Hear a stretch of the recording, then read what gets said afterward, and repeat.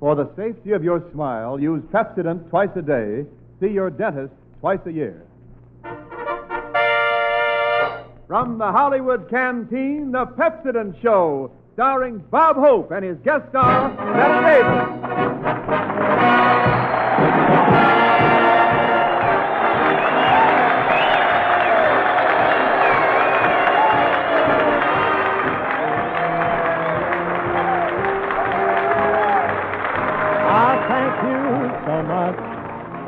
How do you do, ladies and gentlemen? This is Bob, Hollywood Canteen Hope, telling you soldiers to use Pepsodent whether your mouth has a lot or a few, and even though your toothbrush may be GI, your teeth will never be PU. Well, here we are back in Hollywood, and you should have seen the reception I got at the railroad station. What a crowd. One guy insisted on putting me on his shoulders and carrying me for blocks and blocks. I finally said, gee, you certainly are a fan without equal. And he said, no, I'm a cab driver without tires. And as soon as Skinny Ennis arrived in Hollywood, he went right over to the Red Cross Blood Bank to make a donation, but a terrible thing happened. On his way over, a mosquito bit him and drained him dry.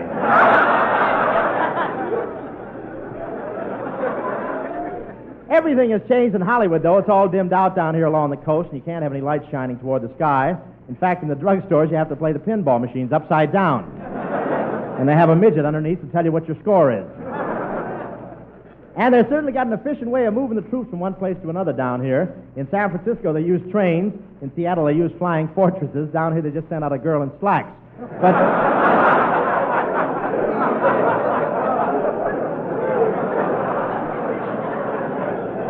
But I'm really glad to be back in Hollywood, and here we are doing the first broadcast from the Hollywood Canteen. Boy, this is really a marvelous place. Any enlisted man can come in here, be entertained by the top Hollywood talent, and get free food served by Hollywood beauties. One soldier had a big turkey dinner here. Then he danced with Dorothy Lamour and spent the rest of the evening sitting on Hedy Lamar's lap.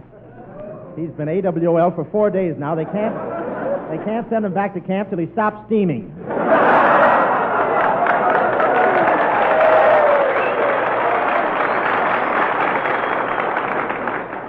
And it's so crowded that if a soldier wants to play the radio, he has to squeeze past Lana Turner, Hedy Lamarr, and Betty Grable just to put it on. In 5 minutes, I heard 148 different programs. But can you imagine all those beautiful hostesses and only servicemen are allowed? I know one guy who got dressed up in a uniform so that he could get into the canteen, but they knew he was a fake because the uniform fitted him. So they threw me out. And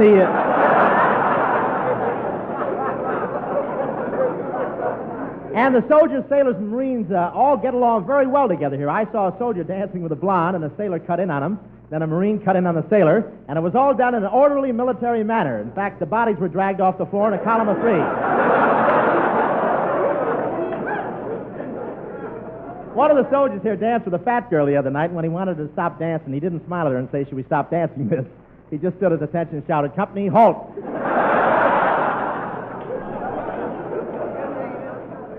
And everybody wanted to dance with Marlene Dietrich. A soldier who was a head taller tried to cut in on a sailor, and I won't say the sailor cut him down to his size, but that was the first guy I ever saw who parts his hair at the shoulder blades.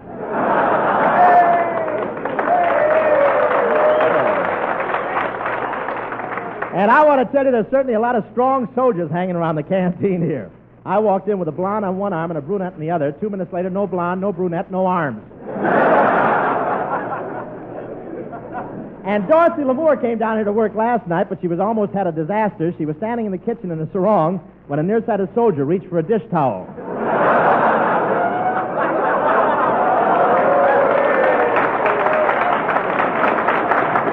And now, Wen Niles. Step in, Wen. Say, Bob, doesn't it feel great to be back here in Hollywood? Oh, it certainly does, Wen. Hey, I'll bet you got a great welcome when you went down to Paramount. Oh, what a welcome. You've seen that big red carpet that they roll out for the stars? Yeah? Did they roll it out for you? Certainly. Then the producer turned to me and said, I'm glad you're back, Hope. Now go get the vacuum. Say, Wen, I thought you were coming down to visit me at the studio. Well, I did come, Bob, but I couldn't find your dressing room. Which one is it? Well, you know where the number 1 dressing room is. Yeah? Well, you know where the number 2 dressing room is? Yes. Well, right between them, Paramount hung a doily over a gopher hole, and it's mine. Tell me, did you see Dorothy Lamour down there? Oh, yeah, Dorothy Lamour. Dorothy Lamour. Now I got to talk about Pepsodent. Oh, come, Wen. You're getting paid for it. Don't pout. Go. Oh, that's right. I get paid to tell people about Pepsodent, but you folks who use it, you're the ones who really collect. Pepsodent gives you the big plus of Irium, that speedy super cleanser that loosens and flushes away filmy coating you can feel with your tongue. You see, you can have a bright smile and never know it. Maybe hidden under a dull coating that stains and makes your teeth look dingy. But once that film is whisked away, there's your natural smile. Your bright smile ready to shine. I'll remember that. I'll keep my mouth shut during blackouts. Why stop there, Bob?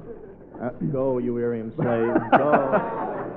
But seriously, give Pepsodent a chance to show you how bright your smile can be.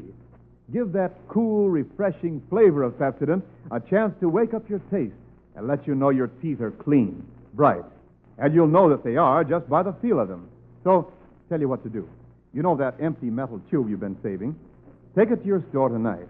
Doesn't matter what kind of an old tube you take to the store. The important thing is to bring back a tube of Pepsodent toothpaste.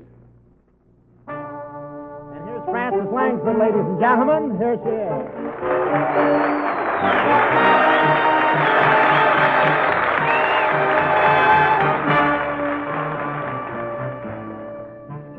At last, my love has come along.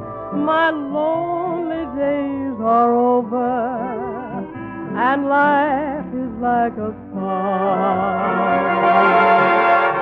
At last, the skies above are blue. My heart was wrapped in clover the night I looked at you. I found a dream that I can speak to, a dream that I can call my own. I found a thrill to press my cheek to, a thrill I've never known. You smiled, and then the spell was cast, and here we are in heaven, and you are mine at last.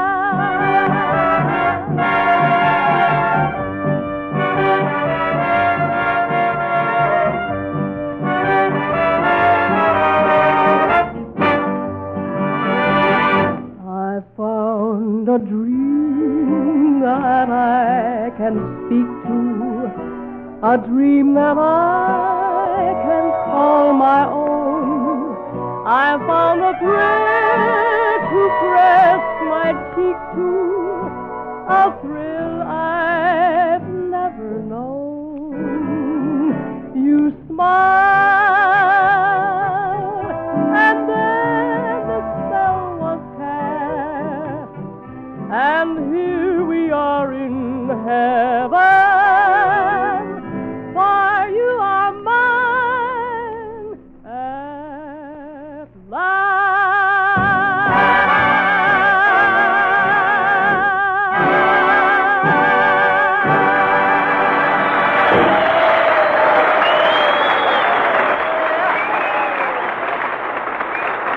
Fine, Francis.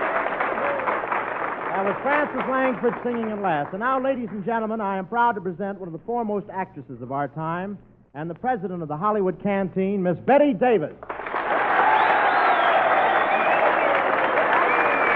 Thank you. Thank you, Bob. That was the most flattering introduction. Are you sure I deserve it? Well, you certainly do, Betty. You're all the things I said about you and more. Really, it's a pleasure to meet someone in my own class.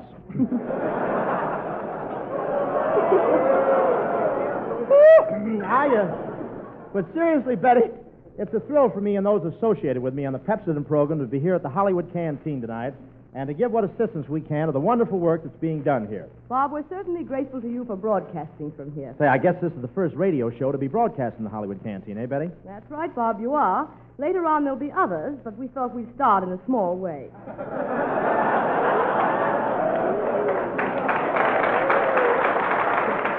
Now, wait a minute. I'm a big name. Yes, and I know what it is, but let's be friendly.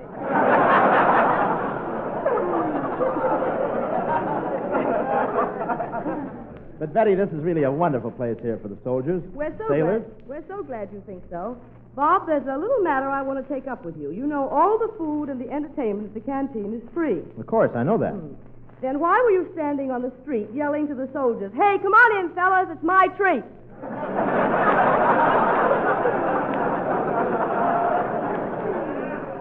Well, I left the tips for all of them. And Pepsodent caps are hard to get now. But tell me, Betty, how did this Hollywood Canteen get started? Well, actually, Bob, local number 47 of the Musicians' Union had an idea to have a canteen fashioned after the American Theater Wing stage door canteen in New York. They invited all the other guilds and unions of the entertainment industry in Hollywood to join forces. They did, and we formed this organization called the Hollywood Canteen. Oh, it's swell. Now, I bet the enlisted men have a lot of fun here, Betty. They seem to, Bob. One soldier who spent the evening here last week came up to me when it was all over and said he'd had such a good time he wished he could take this whole place back to camp with him. Gee, that was certainly nice of him. Yes, the MPs caught him half a block from here with 9 pieces of silverware and Lana Turner. By the way, Bob, I understand you've been doing some wonderful work selling bonds. That's right, Betty. I've been offering to kiss every movie star who bought a $500 bond. That's wonderful. How many have you sold? One, and Boris Karloff wants his money back.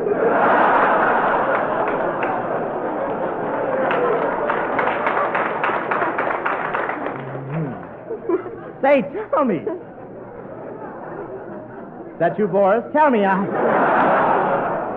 how long has this canteen been open, Betty? It's been open 10 days, and the wonderful thing about this building, Bob, is that the members of the different guilds and unions remodeled it themselves, and it didn't cost the canteen a nickel. Really? Well, who waxed the floors? Fibber McGee? Why, yes. How'd you know? I can see Molly's footprints where she stood over him with a broom. Everyone contributes. Yesterday, Bing Crosby brought some steaks over. Yeah, I know. I saw them lose at Bay Meadows.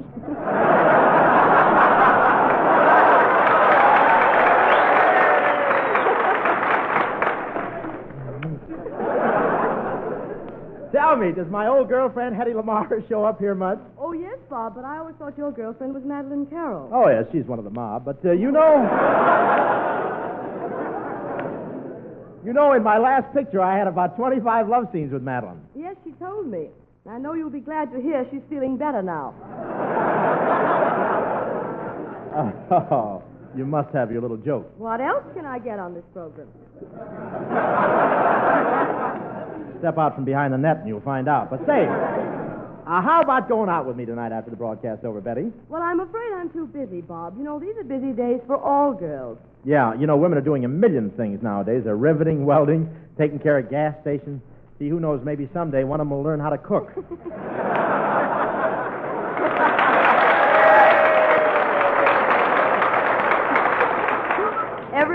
Every day, Bob. Women are proving they can do anything men can do. They're even women driving taxis. Yeah, I had a lot of trouble with one of those women taxi drivers last night. What was the matter? She wanted me to sit in the back.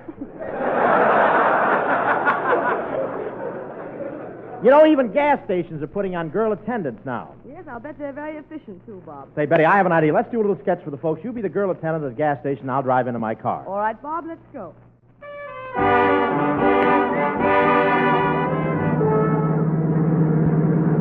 In my merry Oldsmobile with no tires on each wheel. Gee, I'm running out of gas. Gosh, am I lucky. There's a gas station over there. Oh, boy, I made it. There's nobody here. Service! Hey, a little service, please. What's your hurry, Beagle Nose? Come on, fill her up. Hey, gee, you're a girl, huh? Well, shall I check your water? No, it's all right, even if I do drool a lot.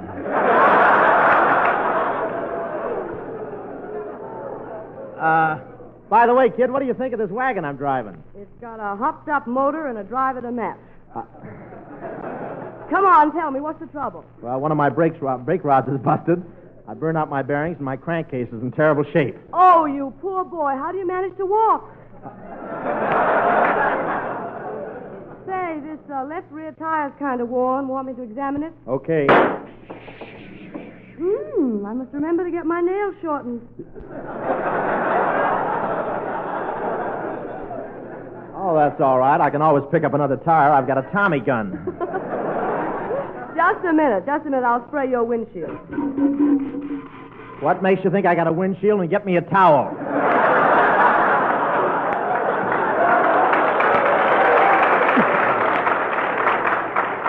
Say, you didn't drive very much last night, did you? How can you tell? Gas in the tank? No, compact on the seat. Well, how much gas do you want me to put in that flamethrower? Well, give me about 5 gallons. Okay. I'm sorry, it'll only take 3 gallons. 3 gallons? Are you sure? Of course, just look, it's so full I can't get the radiator cap back on. Oh, brother, you're really fixing me up fine. Say, what happened to the guy that used to work here? You mean that guy with flat feet, fallen arches, asthma, rheumatism, and lumbago? Yeah? They drafted him as a commando. Say, I just noticed. Where'd you get that shiner? Oh, I went driving with a girl who works at Douglas. Swing shift? Yeah, she swung before I could shift.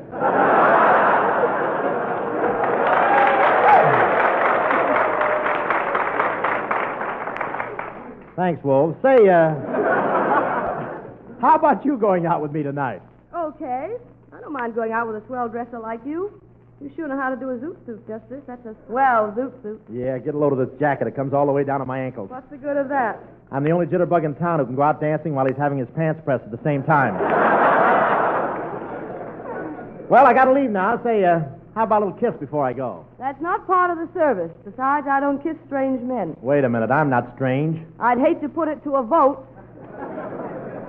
Oh, come on. Just to show there's no hard feelings. Well, all right. I'll give you a real kiss. There. How was it? They're certainly freezing a lot of things these days. Yeah.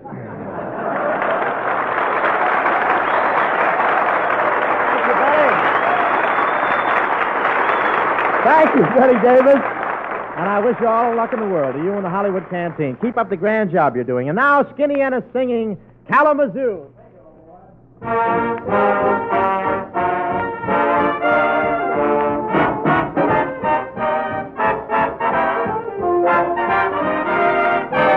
A-B-C-D-E-F-G-H. I got a gal in Kalamazoo. Don't want to boast, but I know she's the toast of Kalamazoo. Years have gone by, my, how she grew.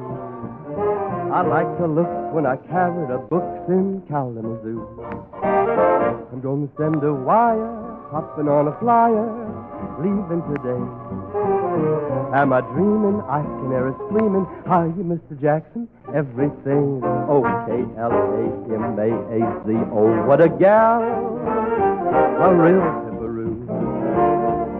I'll make my bid for that freckle-faced kid I'm hurrying to. I'm going to Michigan to see the sweetest gal in Kalamazoo.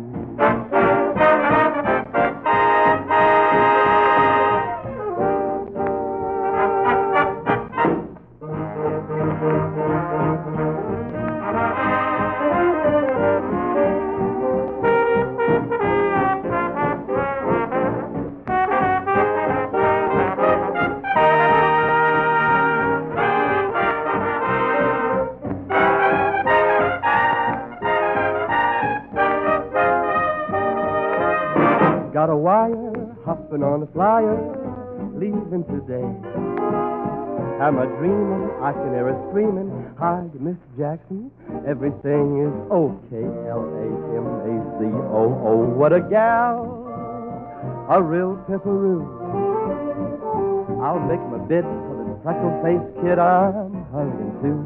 I'm going to Michigan to see the sweetest gal in Kalamazoo.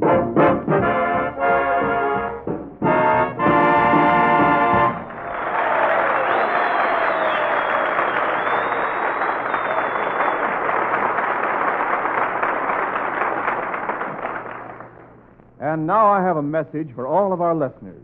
How many of you know... Oh, my gosh. Hey, what's the matter, Win? Hey, Skinny, something's wrong. Now, ladies and gentlemen, Skinny Ennis and his band will now play Jingle Take it easy, Win. Slow down there. Tell me what's wrong. Say, Skinny, what's a tube of Pepsodent? Oh, you know, Win, that's the thing that's built like me. Yeah, I mean, but it's a toothpaste, isn't it? Here's a script that was handed to me, and it talks about a toothbrush. Well, shucks, Win. Didn't you ever hear about Pepsodent toothbrush? Didn't you know we sell toothbrushes, too? Gosh, no. Gee, that Pepsodent company doesn't miss a bet, does it? I mean, not when it comes to making teeth brighter and better looking. Gosh, I didn't know about the Pepsodent toothbrush. But here it says the 50 Tough toothbrush is now a better toothbrush. Better because it has improved Fibrex, DuPont's newest and finest synthetic bristle. These new bristles are sturdier, heavier than before, and that means they'll last longer. But strong as they are, they're still gentle, kind to tender gums. And they feel good to your mouth the first time you use them. And did you know this new Pepsodent 50 Tough toothbrush carries the Good Housekeeping magazine seal of approval?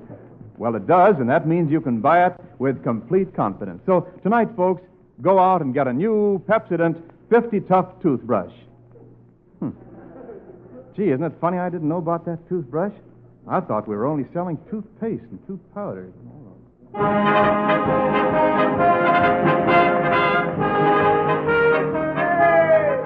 Once again, we want you to meet the Navy. Representing the servicemen here tonight at the Hollywood Canteen is... Yeoman Wilbur Johnson reporting, sir. There you are. That's fine. How are you, Wilbur? Say, you just said you were a yeoman. What does that mean, a yeoman? Oh, it's about the same as a private in the Army, only their pants, they can bend over. Your pants do hug you, don't they, huh? Hug me, Bob. When I bend over, the stitches in the seams start singing my devotion. It sure ain't like those civilian clothes I used to wear back in Arkansas. Yeah, you Arkansas, really? Well, say, now that you're out here, what do you think of the girls in California? Oh, I don't pay attention to them. I'm married. I got a wife in Little Rock. Really? Well, this is the first time I've ever seen a sailor with a ship in the Pacific and an anchor in Arkansas. Well, how long you been married, Wilbur? I got married a year ago. I suppose it was a whirlwind courtship. No, Bob. I went with my wife 12 years before I married her. 12 years? Say, what department are you in the Navy? Reconnaissance? Nope, intelligence. Just wait for my last before you throw your slingshot in there, old boy. Do you understand? Say... Don't say what last or I'll fall over. Say, Wilbur, I hear you're a pretty good golfer. Well, I certainly like the game, Bob. I understand you play a lot with Bing Crosby. Not anymore. Boy, would you play with a guy who waits till nobody's looking, then picks his ball up and throws it toward the hole? Of course not. Neither will Crosby.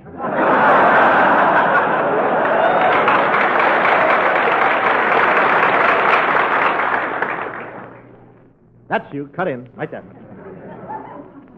You know, Bob, being at the Hollywood Canteen like this, I wanted to meet a movie star. A movie star? Well, you're lucky you ran into me. Yeah, that's right. Know any? Do I know any? Listen, just sit down here at this table and you'll be surprised who you'll meet. Oh, yeah, Mr. Hope. Oh, hello, sailor boy. I understand you wanted to meet some of the other people on the show, and here I am. Pleased to meet you, Mr. Colonna. The idea of saying I look like Mr. Colonna, I won't stand for it. And neither will I. You don't understand. I'm Vera Vague. Pleased to meet you. What outfit you with? Mr. Hope, what's the name of this handsome hunk? Why, Miss Vague, this is Will Johnson, yeoman, 3rd class. Oh, listen, brother, he's a man. As far as I'm concerned, that makes him 1st class.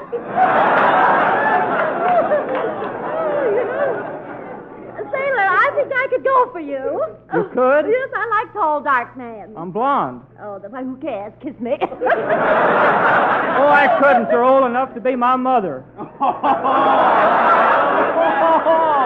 You know, Mr. Hope, I'd poke you right in the mouth if you weren't old enough to be my father. Well, tell me, Miss Vague, how are you getting along with the servicemen here at the canteen? Oh, they're wild about me, simply wild about me. Imagine I just stole a soldier right from under Hedy Lamar's nose. That's impossible. Oh, is that so? That Hedy Lamar, I'm just as pretty and young and attractive as she is. I noticed right after I laid her out with a baseball bat. Gee, I'd like to meet that Hedy Lamar. Well, you know, Wilbur, all the big movie stars wait on the tables here at the canteen. I wonder who we'll get. Boy, last night Lana Turner waited on me. She came over to the table and kissed me. The night before that, Carol Landis waited on me and kissed me. Well, here goes. Waiter! Mustache tickles, doesn't it?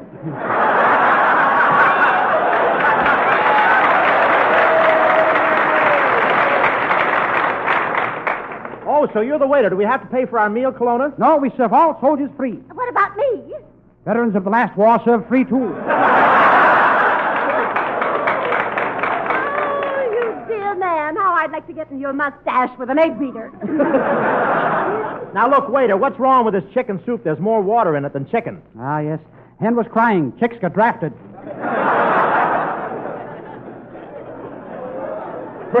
Furthermore, Kelowna, I have another complaint to make. This steak is as tough as shoe leather. Now, that's ridiculous, Hope. That steak is not as tough as shoe leather. It's soft and tender and, well, maybe it is as tough as shoe leather. Kelowna, how come you suddenly changed your mind and agreed with me? Well, I just looked down and I'm barefoot. Now, what do you have? Oh, Professor, I don't know what to order. What would you suggest to keep my figure trim? Meat cleaver. Well, I'll go back in the kitchen and get your order. All right, and hurry it up, Kelowna. Oh, look, Wilbur, here comes Skinny Ennis. Hiya, Skin. Hello, Bob. Skinny, I want you to meet Wilbur Johnson, yeoman, 3rd class. Wilbur, this is Skinny Ennis, human, 4th class.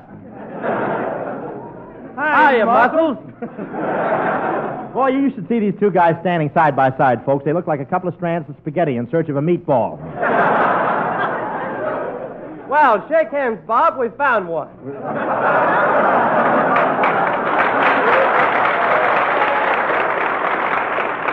Gee, I wonder what's keeping Kelowna with our food. Hey, Kelowna! Be with you in a second, Hope. Having a tough time putting these panties on the lamb chops. How come? Won't fit over the girdles. Kelowna, you'll drive me to distraction. Okay, but no faster than 35 miles an hour. Well, Kelowna, can you just bring me a glass of milk? Milk? Easiest thing in the world. I have a cow out here, and I'll milk her. Only it's cold out here, so I'll put on my woolen mittens. Kelowna, don't milk her with those fuzzy woolen mittens. Why not? She doesn't mind. Watch.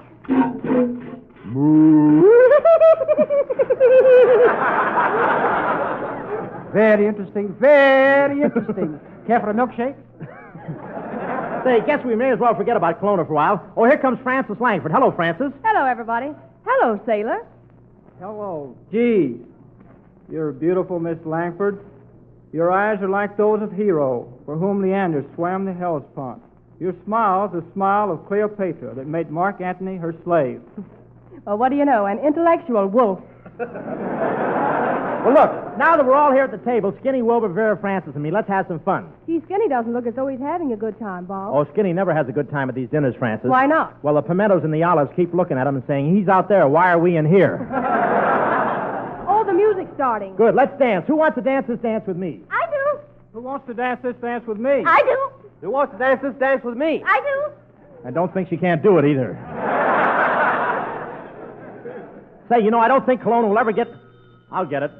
Hello? This is long distance. Denver, Colorado, calling Bob Hope. Oh, this is Bob Hope speaking. I'll put your party on. Go ahead, please.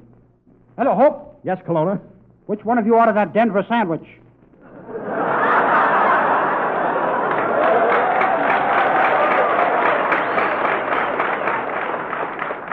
Why, Kelowna, you wouldn't be so stupid as to go to Denver for a Denver sandwich. Why, of course not. That would be silly. Well, where are you? In Bermuda, getting the onions.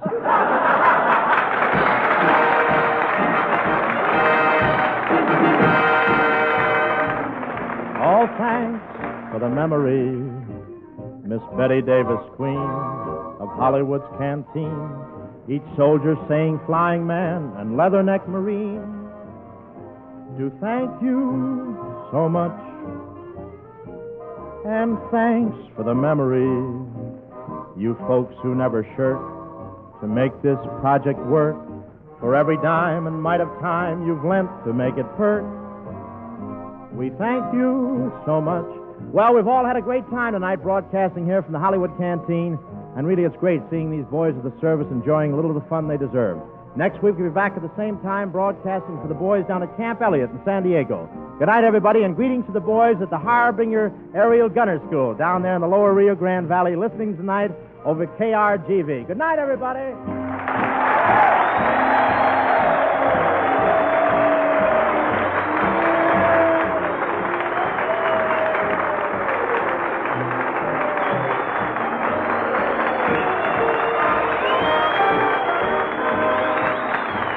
Broadcast came to you from the Hollywood Canteen in Hollywood, California.